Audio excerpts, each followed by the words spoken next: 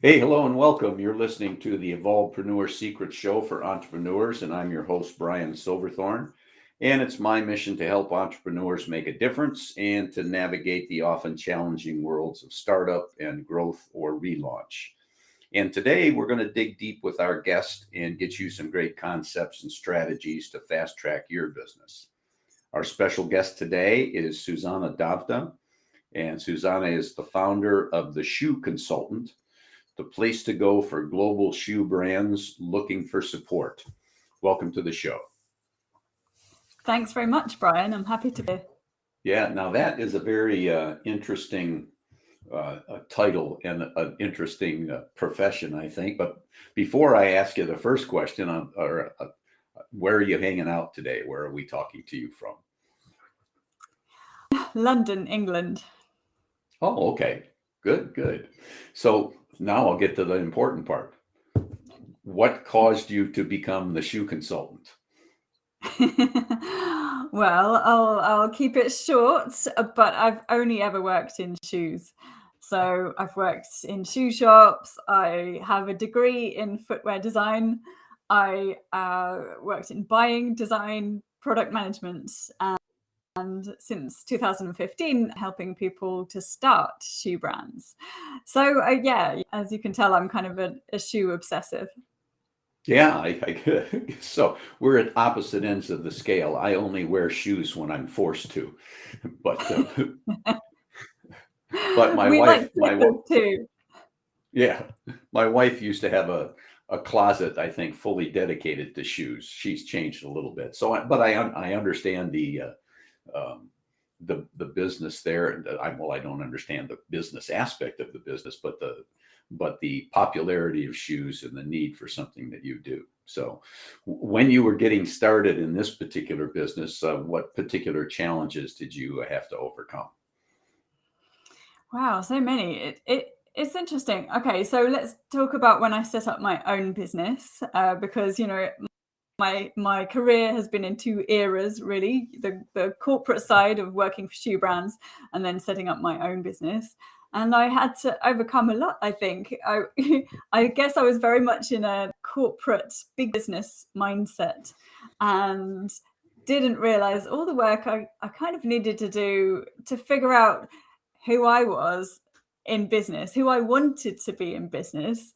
And because I didn't realize I could do that, but how exciting that I was given the opportunity, or I made the opportunity to be able to create the business that I wanted, that was how I thought business should be run.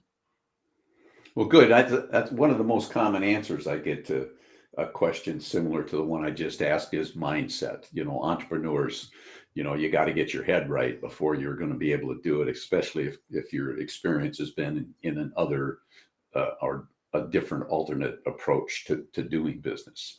So other than getting your mind on the right track, were there any other logistical challenges that you had to deal with? Okay, so I definitely took a bit of a leap of faith. And I think the main thing was figuring out where the market was, because I had all of this experience. It was all in shoes. But I created a website that had several different services, some of them public facing and some of them B2B. And it was more just figuring out what people wanted and what people needed. And it took a little while to for me to truly understand what was required. And then once I niched, things took off. There you go. Good. So you had to do a little market research, figure out where your best opportunities were, and go from there. Mm-hmm. So what is your current focus?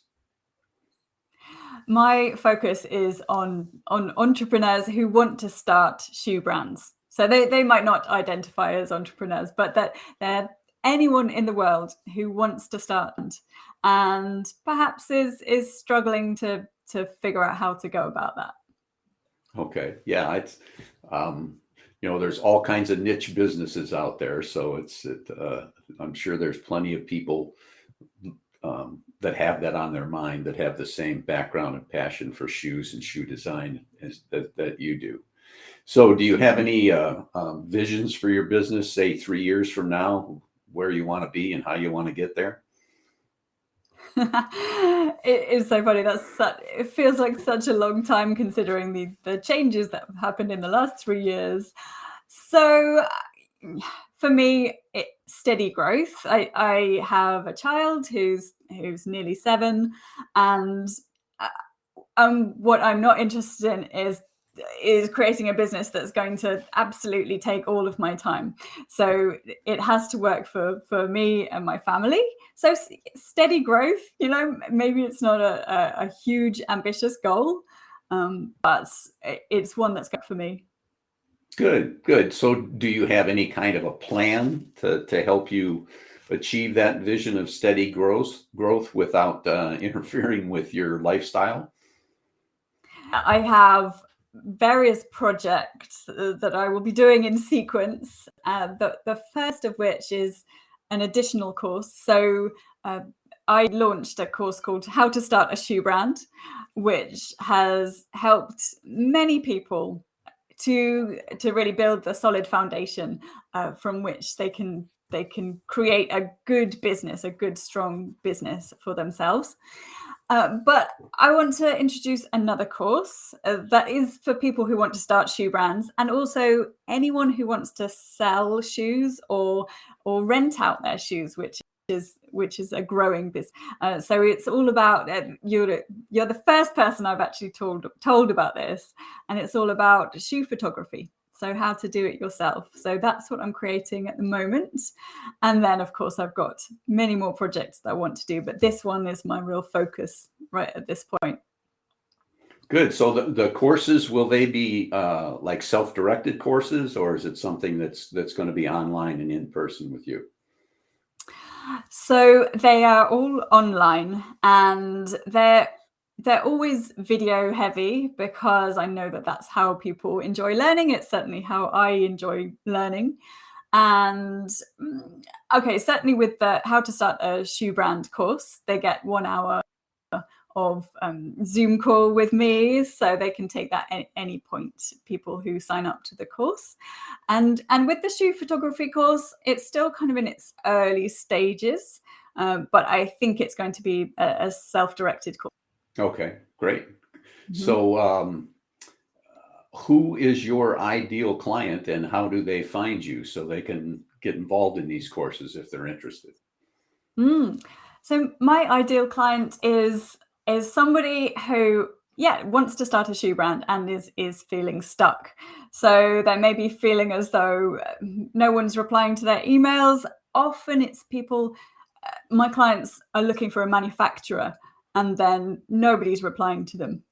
And often it's the case that they perhaps haven't done some of the foundational work that they needed to do in order to write such a compelling email that a sourcing agent or a shoe factory, will reply to them.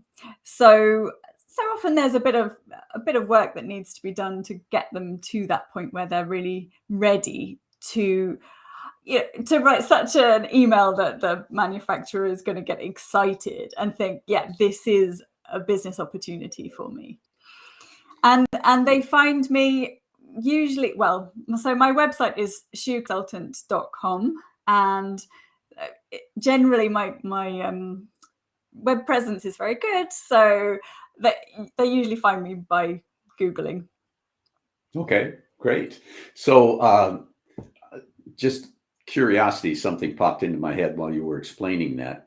It would seem to me if you're want to come up with a shoe brand and design shoes, you would need more than a compelling email to get somebody interested. Do they put together portfolios of designs or anything like that? Okay, yeah. Yeah. Yes, there's definitely more to it than that. And so they'd need to figure out, of course, who their customer is. The factory is not particularly interested in that, but what they're interested in is what's your target cost price? What are your volume projections? How many pairs do you think that you're going to sell in your first, second, third, fourth seasons?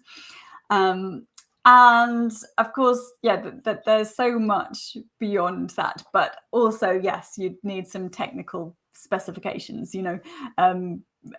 designs, but very technical, so that the factory can turn those into samples. Great. Well, it's a interesting sounding business to me. There's a lot in it, and it sounds like maybe most of the people coming to you just aren't.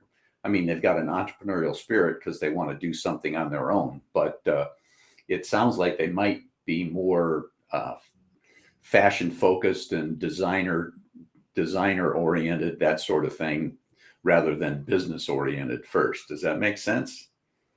It's interesting. So generally, my clients have found a gap in the market, often because they've been looking for a type of shoe that they couldn't find.